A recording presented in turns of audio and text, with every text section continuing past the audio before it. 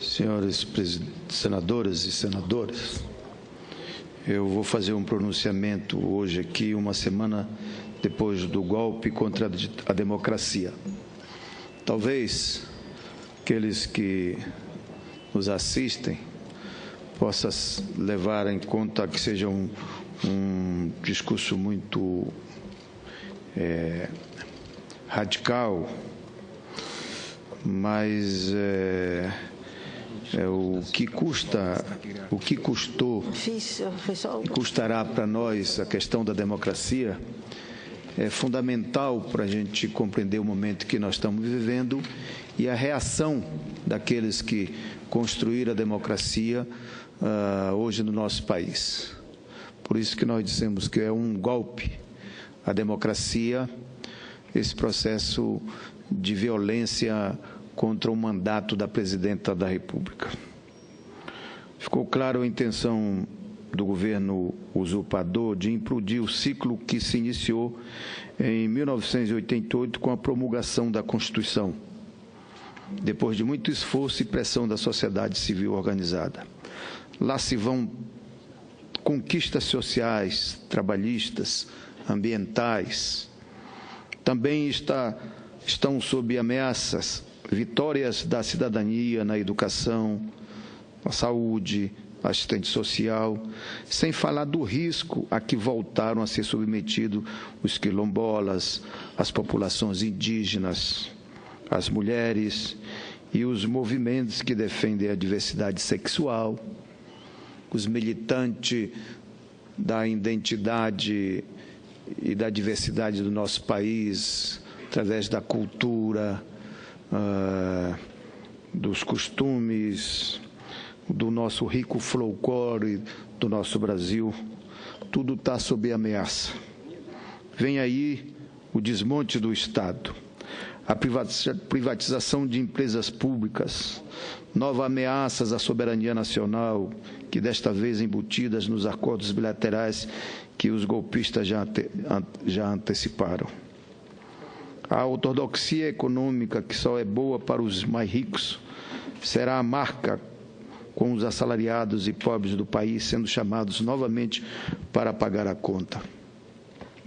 É o mando neoliberal, com o rebaixamento dos salários, do funcionalismo e o descumprimento da vinculação constitucional dos investimentos na educação, saúde, previdência, assistente social e seguro-desemprego.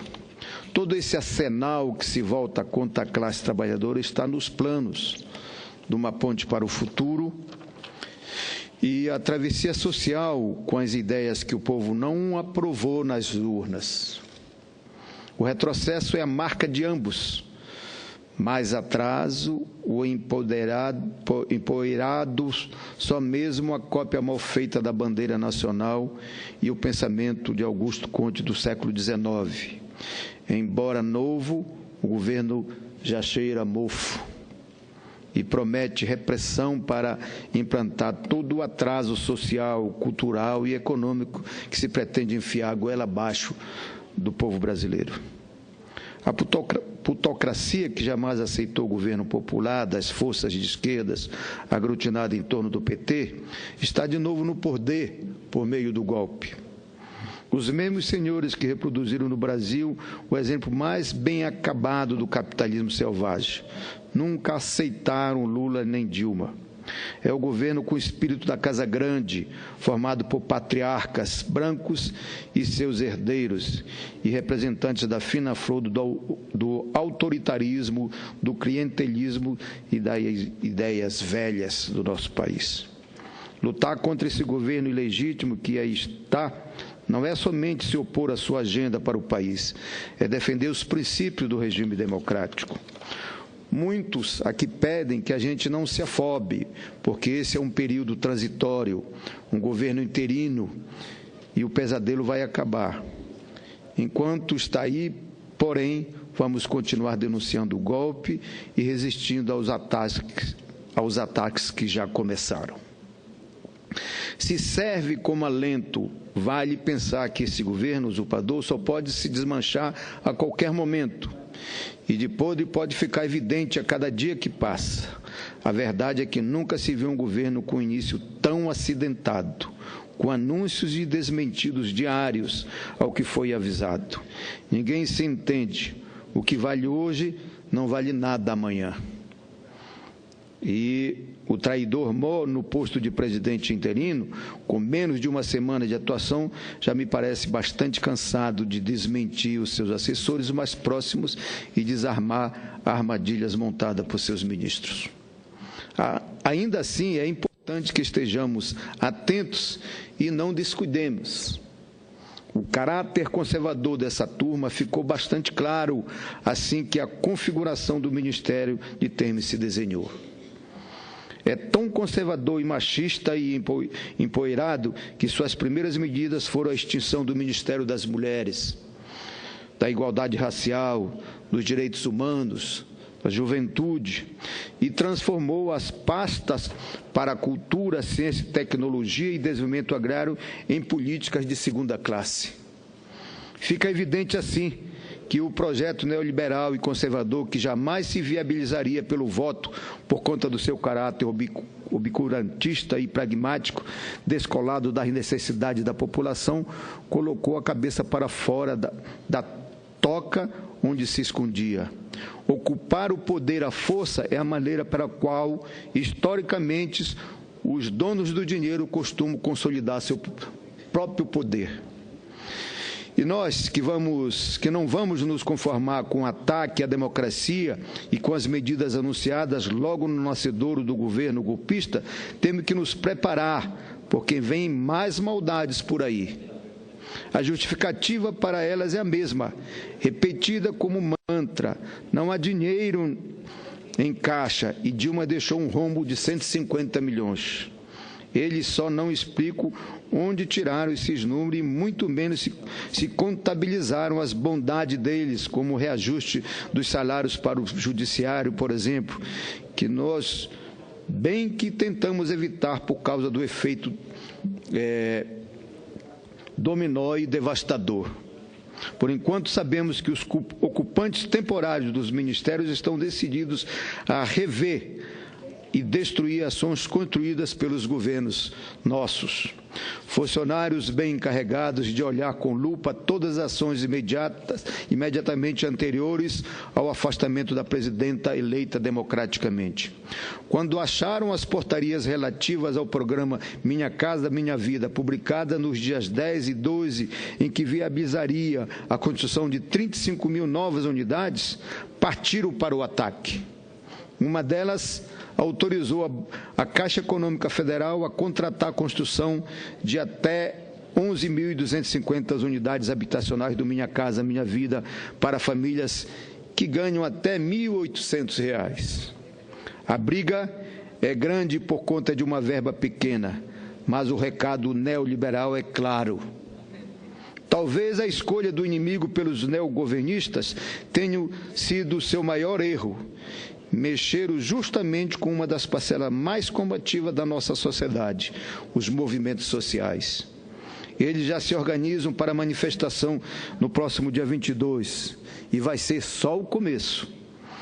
Outra área na mira dos golpistas são as demarcações de terras. O novo ocupante da cadeira da Justiça já avisou que passará um pente fino em todas as portarias deste ano. Lá vem encrenca. E a reforma agrária deve se tornar um sonho bem distante.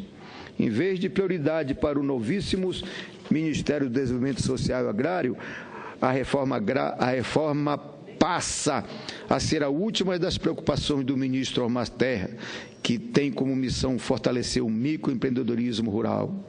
Os agricultores familiares, camponeses e indígenas, que garantem mais de 70% dos alimentos que os brasileiros consomem, passa a ser tratados como pobres e não como atores relevantes do desenvolvimento social e ambiental mais importante do país. Aliás, o pessoal do antigo Ministério do Desenvolvimento Agrário já alertou que a turma do Temer chegou com os olhos postos sobre a portaria que criou o Conselho Nacional dos Povos e Comunidades Tradicionais, publicada no dia 9. A ideia é mexer com as terras dos quilombolas. Mas não vão conseguir, porque para desmontar os programas sociais, esse governo golpista vai ter que enfrentar as ruas, tornar invisíveis os programas que existiam dentro do MDS e cortar 10% dos benefícios não fará com que a Bolsa Família, por exemplo, desapareça. Aliás, 10% é muito, porque Ricardo Paes de Barros, na elaboração do nefasto Travessia Social, propõe que o programa tenha foco nos 5% mais pobres. Ou, se considerarmos que o total de famílias beneficiárias está em torno de 13,8 milhões, restarão apenas 700 mil famílias assistidas. Outras 13 milhões ficarão de fora. Mas, mesmo que eles queiram um programa que é reconhecido mundialmente, que tirou o Brasil do mapa da fome, não acaba só porque a tirania dos mais ricos quer. Até porque o fato é que, como acontece com... Não atacam, alimentam os salteadores, quando dividem o butim, os representantes do capital que tornaram o poder a nem uma semana comece a atacar uns aos outros e a levar pancadas. Não é para menos. Um anuncia que vai propor redução da idade para a aposentadoria. O outro quer ampliar as regras para a terceirização e fazer uma reforma profunda na legislação trabalhista. Relegam a Previdência Social a um puxadinho do Ministério da Fazenda. O outro ainda quer fechar as embaixadas do Brasil na África e no Caribe. Outro diz que o SUS não pode ser para todo mundo e que quanto mais pessoas tiverem plano de saúde, melhor. Companheiro ex-ministro Humberto Costa, que foi ministro da Saúde, sabe muito mais do que eu sobre o assunto. Falou ontem aqui sobre o que pode significar mexer no SUS. E não dá para esquecer a proposta de cobrar mensalidade das universidades públicas e promover toda sorte de cortes em bolsas de estudo e qualificação.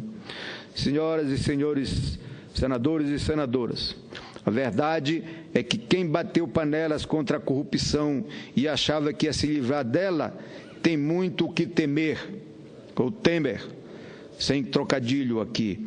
Não há imaculados no nosso governo.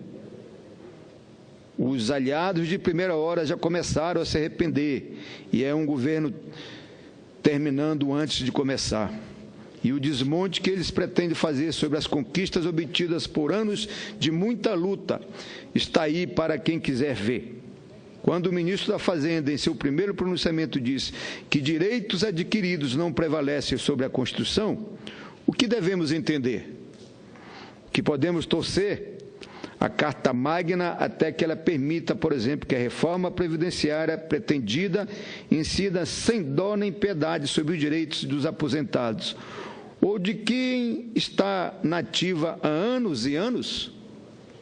Porque, disse o ministro agora responsável pelo puxadinho na Previdência, é importante preservar o maior direito, que é receber a aposentadoria. É quase como dizer, quem quer receber alguma coisa, pois então aceite o que estamos dando sem reclamar. E por quê? Porque a Previdência, segundo eles, é um gasto que consome 8% do PIB. E os liberais querem avançar sobre essa gorda fatia do bolo. Para quem não se lembra, na ditadura militar, a política social financiava a política econômica. Na medida em que recursos para financiar políticas sociais eram capturados para a gestão macroeconômica. Para evitar essa prática, os constituintes de 1988 criaram as novas fontes de financiamento, a CSLL e o CONFINS e outras, que foram constitucionalmente vinculadas à Seguridade Social, Previdência, Saúde, Assistência Social e Seguro-Desemprego. A ideia agora é aumentar a idade mínima para as aposentadorias, igualar esse limite de ideias para homens e mulheres e acabar com o piso atrelado ao salário mínimo, além de outras maldades. E nós vamos aceitar esse desmonte? Ora, sabemos que é uma reforma necessária, mas somos obrigados a aceitar regras que nos impõem como nos impuseram esse governo? Não, não temos e nem iremos. Apesar das ameaças do ministro da Justiça, que disse que vai tratar os movimentos sociais como guerrilha, como assim? E o salário mínimo? Aí estão eles a defender a revisão da regra da valorização. E todas essas tungadas na pauta social têm uma explicação.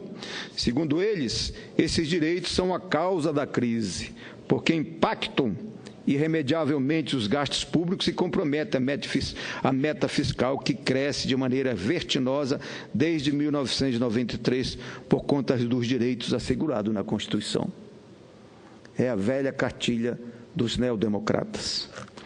Vai daí que eles pretendem reformar tudo. Quem leu Monteiro Lobato quando menino, lembra o que acontece quando se tenta reformar o que não deve ser alterado. A boneca Emília bem que tentou. Fez abóboras nascerem em jabuticabeiras e jabuticabas nascerem em pé de abóboras. Foi um desastre. Pois não é que a pobre boneca teve que se render à lógica de que mexer no que está consolidado, correto, não dá certo? Então, a literatura infantil também serve como alerta, senhores e senhoras senadores. Essa história de mexer em tudo, acabar com vinculação orçamentária para a saúde, educação, previdência, assistente social e seguro-desemprego, não tem como funcionar. Indo no contrafluxo das conquistas sociais e trabalhistas, o governo mostra suas garras. Tiraram do poder uma presidenta honesta para colocar à frente um executivo, um governo sem voto, sem base legal, pelo qual está se vendo com credibilidade em queda e popularidade zero. É tão contraditório que depois de baterem e rebaterem na tecla de que é preciso reduzir a carga tributária e prestar homenagem ao grande pato da Fiesp, aparece agora com a história de que novos tributos são necessários. E aceno até com a volta da CPMF. Ou seja, enganaram toda aquela gente de boa fé que foi para as avenidas defender o golpe porque não queriam pagar o pato. Olha, o pato cresceu, foi infrado com tanta homenagem e ameaça comer todas as conquistas. Em vez de ponte para o futuro, teremos um grande tobogã para o passado, com proposta do século XIX. Mas erram as elites financeiras, os políticos conservadores e a mídia tradicional quando acreditam que os brasileiros de hoje são os mesmos de 200 anos. A sociedade aceitará recuo, as ruas seguirão cheias de militantes que não está disposta a abrir mão de direitos para manter os status quo de uma elite carcomida e mofada. A fragilidade desse governo se mostra maior a cada dia. As idas e vindas sobressaltam o país por seu caráter arcaico, por suas posturas preconceituosas e suas prioridades equivocadas. Todo este momento em que o vingativo Eduardo Cunha aceitou a denúncia contra a presidenta Dilma é um grande erro que ficará comprovado e claro quando Temer e sua turma voltarem aos bastidores. Muito obrigado, senhora presidenta. E quero saudar, por fim, a nossa brava e combativa senadora Vanessa, que vem do mundo velho para trazer boas notícias da recepção da nossa bancada lá. Obrigado, presidente.